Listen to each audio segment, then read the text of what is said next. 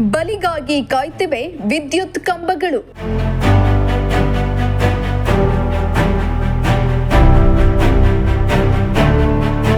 ಮುರಿದು ಬಿದ್ದ ಕಂಬಗಳಿಗೆ ಬೇಕಿದೆ ಸರ್ಜರಿ.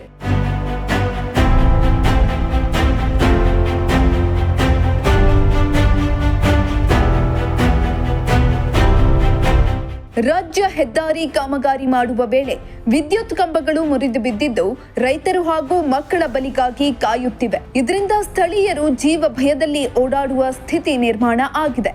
ಕೊರಟಗೆರೆ ತಾಲೂಕಿನ ಹೊಳವನಹಳ್ಳಿ ಹೋಬಳಿಯ ಕಾಶಾಪುರ ಕ್ರಾಸ್ನಲ್ಲಿ ವಿದ್ಯುತ್ ಕಂಬಗಳು ಡ್ಯಾಮೇಜ್ ಆಗಿದ್ದು ಮುರಿಯುವ ಸ್ಥಿತಿಯಲ್ಲಿವೆ.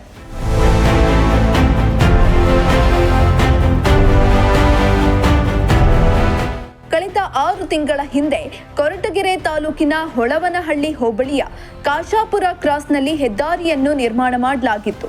ಈ ವೇಳೆ ಹೆದ್ದಾರಿ ಪಕ್ಕದಲ್ಲಿ ಇದ್ದ ವಿದ್ಯುತ್ ಕಂಬಗಳು ಡ್ಯಾಮೇಜ್ ಆಗಿದ್ದು ಮುರಿದು ಬೀಳುವ ಹಂತಕ್ಕೆ ತಲುಪಿದ್ದಾವೆ.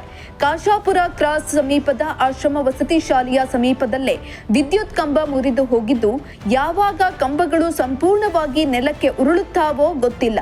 ಇದರಿಂದ ಶಾಲಾ ಮಕ್ಕಳು ಜೀವ ಭಯದಲ್ಲಿದ್ದಾರೆ.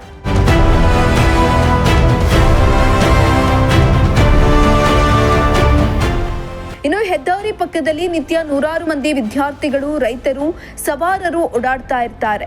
ಜೋರಾಗಿ ಗಾಳಿ ಬೀಸುವ ವೇಳೆ ಕಂಬಗಳು ಬೀಳುವ ಸಾಧ್ಯತೆ ಹೆಚ್ಚಾಗಿರುತ್ತದೆ. ಮುರಿದು ಬಿದ್ದ ವಿದ್ಯುತ್ ಕಂಬದಿಂದ ಅಮಾಯಕ ಜೀವಗಳು ಬಲಿಯಾಗುವ ಮುನ್ನ ಅಧಿಕಾರಿಗಳು ಎಚ್ಚೆತ್ತು ಮುರಿದು ಬಿದ್ದ ಕಂಬಗಳನ್ನು ಬದಲಿಸುವ ಮೂಲಕ ಅಮಾಯಕ ಜೀವಗಳನ್ನು ರಕ್ಷಣೆ ಮಾಡಬೇಕಾಗಿದೆ.